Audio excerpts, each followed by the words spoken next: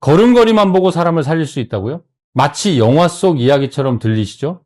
하지만 이건 엄연한 사실입니다. 수많은 뇌경색 환자들이 쓰러지기 몇 주, 심지어 몇 달 전부터 다리가 필사적으로 보내는 비밀을 가족이나 본인이 알아챘더라면 건강한 일상으로 돌아올 수 있었습니다. 그 신호들은 보통 나이 탓, 피곤해서라는 이유로 무시되곤 합니다. 제가 만났던 환자 가족분들의 가장 큰 후회는 바로 그때 조금만 더 신경 썼더라면 이라는 말이었습니다. 오늘 우리는 입이 돌아가거나 팔에 힘이 빠지는 것처럼 누구나 아는 뇌졸중 증상에 대해 이야기하지 않을 겁니다. 오늘은 뇌가 골든타임 안에 보내는 가장 빠르고 미세한 구조 요청, 바로 다리가 보내는 경고 신호에 대해 함께 알아보겠습니다. 시작하기에 앞서 제 소개를 먼저 드리겠습니다. 저는 올해 68세로 서울대학병원 신경과에서 30년 이상 진료해온 의사 김성일입니다. 시청자 여러분, 혹시 이유 없이 갑자기 다리에 힘이 빠지는 경험을 해보신 적 있으신가요? 만약 그렇다면 오늘 영상은 바로 여러분을 위한 것입니다. 꼭 끝까지 시청해 주시기 바랍니다. 의사 선생님, 요즘 건강이 영 안 좋은 것 같아요. 특히 이 오른쪽 다리가요. 멀쩡히 잘 걷다가도 갑자기 쑥 힘이 빠져서 문턱이나 계단을 오를 때 헛디뎌서 몇 번이나 넘어질 뻔했어요. 그런데 이상하게 딱 그 순간뿐이고 한 5분에서 10분 정도 쉬고 나면 또 괜찮아져요. 아무래도 늙어서 기력이 쇠하고 뼈마디가 닳아서 그런 거겠죠. 네, 어르신. 걱정이 많으셨겠어요. 어르신 연배의 많은 분들이 비슷하게 생각하십니다.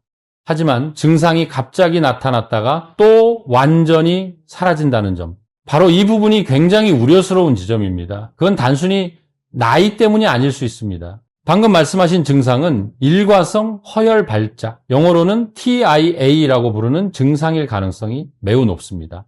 뇌로 가는 고속도로에 교통체증이 잠시 발생했다고 생각하시면 이해하기 쉽습니다. 작은 피떡, 즉 혈전이 혈관을 잠시 막아서 뇌의 일부가 산소를 공급받지 못하게 된 거죠. 다행히 우리 몸에는 혈전을 녹이는 기능이 있어서 몇 분 안에 길이 다시 뚫리게 되고 그래서 증상이 사라지는 겁니다. 하지만 그 교통체증은 바로 이 도로에 문제가 있으니 곧 대형 교통사고, 즉 진짜 뇌경색이 발생할 수 있다는 경고 신호인 셈입니다. 세상에 그렇게 위험한 거였군요. 저는 그저 잠깐 그랬다가 괜찮아졌으니 별일 아니라고만 생각했는데. 바로 그 생각이 가장 위험합니다. 무서운 사실은 미국 심장협회 통계에 따르면 이 TIA를 경험한 환자의 75%가 3개월 내에 실제 뇌경색으로 이어지는 겁니다. 특히 그중 절반은 단 48시간 이내에 발병합니다. 이것이야말로 우리 몸이 주는 마지막 경고이자 행동으로 옮길 수 있는 골든타임인 셈입니다. 제가 제 환자였던 김 선생님 이야기를 해드릴게요.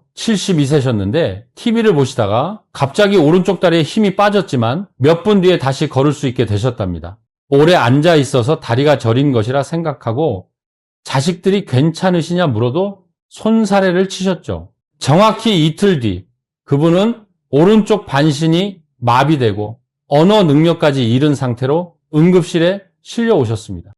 가족분들은 그제야 그때 바로 병원으로 모시고 올 걸 그랬다며 후회하셨습니다. 반면에 은퇴하신 한 선생님은 산책 중에 비슷한 증상을 느끼고 즉시 병원을 찾으셨습니다.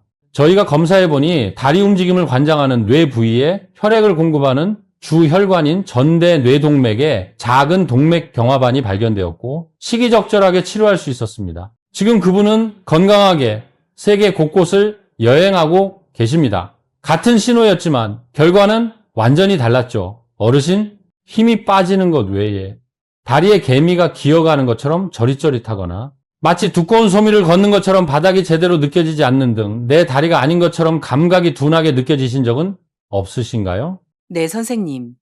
가끔 TV 볼 때 오른쪽 다리가 저리고 감각이 무뎌지는 느낌이 들 때가 있었어요. 꼭 두꺼운 양말을 여러 겹 신은 것 같은 느낌이랄까요? 네, 그것 또한 아주 전형적인 증상입니다. 다리에서 감각을 담당하는 뇌 영역인 감각 피질로 신호가 전달되는 과정 역시 혈액 부족으로 방해를 받고 있다는 뜻이니까요. 게다가 이런 신호는 단순히 힘이 빠지거나 저리는 것에 그치지 않습니다. 갑자기 걸음걸이의 균형을 잡지 못하는 증상으로 나타나기도 합니다. 많은 분들이 이걸 이석증 같은 귀의 문제로 인한 어지럼증과 혼동하시곤 합니다. 하지만 귀 문제로 인한 어지럼증은 세상이 빙글빙글 도는 느낌과 메스꺼움을 동반하는 경우가 많지만 손의 문제로 인한 균형장애는 마치 술에 취한 사람처럼 몸이 휘청거리고 비틀거리는 양상을 보입니다. 정말 그렇군요. 그럼 저는 이제 어떻게 해야 하나요, 선생님? 병원에 가면 어떤 검사를 하게 되나요? 우선 너무 걱정하지 마세요. 오늘 이렇게 병원을 찾아주신 것만으로도 아주 현명한 판단을 하신 겁니다. 이런 의심 신호가 있을 때 저희는 먼저 기본적인 신경학적 검사를 시행합니다. 예를 들어 환자분께 눈을 감고 양팔을 앞으로 나란히 뻗게 해서 한쪽 팔이 처지지 않는지 확인합니다. 또는 의료용 망치로 무릎을 가볍게 쳐서 반사신경에 이상이 없는지 보기도 하죠. 이런 반사 반응이 한쪽만 유독 비정상적이라면 뇌에서 비롯된 문제일 수 있습니다. 그 후에 가장 정확한 진단을 위해 뇌 MRI와 뇌혈관 MRI 촬영이 필요합니다. MRI 촬영은 뇌라는 땅의 상세 사진을 찍는 것과 같아서 아주 작은 부위라도 손상된 곳이 있는지 발견하는 데 도움을 줍니다. 그리고 MRA는 혈관이라는 도로 지도를 촬영하는 것입니다.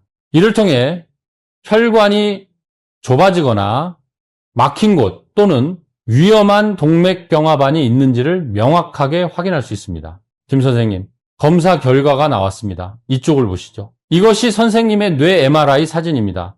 다행인 점은 뇌 조직에 큰 손상이 보이지 않는다는 것입니다. 즉, 아직 광범위한 뇌경색이 발생하지는 않았다는 뜻이죠. 하지만 모니터를 가리키며 여기 뇌 깊숙한 곳에 보이는 작은 흰 점들이 보이시나요? 이것을 열공성 뇌경색 라쿠날 인팍스라고 부릅니다. 과거에 아주 미세한 혈관들이 막혔던 흔적들입니다. 마치 큰 불이 나기 전에 작은 불씨들처럼 앞으로 큰 위험이 닥칠 수 있다는 경고입니다. 아이고, 그럼 제 뇌에 이미 문제가 있었던 거군요. 너무 겁먹지 않으셔도 됩니다. 더 중요한 것은 바로 이 뇌혈관 MRA 사진입니다. 여기가 선생님의 왼쪽 중대뇌 동맥인데 오른쪽 다리를 제어하는 뇌 영역에 혈액을 공급하는 곳입니다. 다른 곳에 비해 유독 이 부분이 좁아져 있는 게 보이시죠? 마치 오래된 수도관에 녹이 쓴 것처럼요. 이 좁아진 부분이 약 60% 정도 막혀 있었습니다. 어르신께서 겪으셨던 일시적인 다리 힘 빠짐 증상은 바로 이 좁은 곳으로 피가 충분히 흐르지 못했을 때 나타났던 현상입니다. 그럼 수술이라도 해야 하는 건가요, 선생님? 정말 다행히도 아직 그 정도는 아닙니다. 바로 이 점 때문에 조기 발견이 중요한 것입니다. 심각한 결과를 초래하기 전에 원인을 찾아냈기 때문에 우리는 충분히 이 상황을 관리할 수 있습니다. 이제 제가 어르신을 위한 구체적인 치료 계획을 세워드리겠습니다. 이건 사형 선고가 아니라 우리가 함께 건강을 지켜나갈 계획서입니다. 1. 약물 치료. 제가 2가지 주된 약을 처방해 드릴 겁니다. BR 첫째, 저용량 아스피린 100mg을 매일 복용합니다.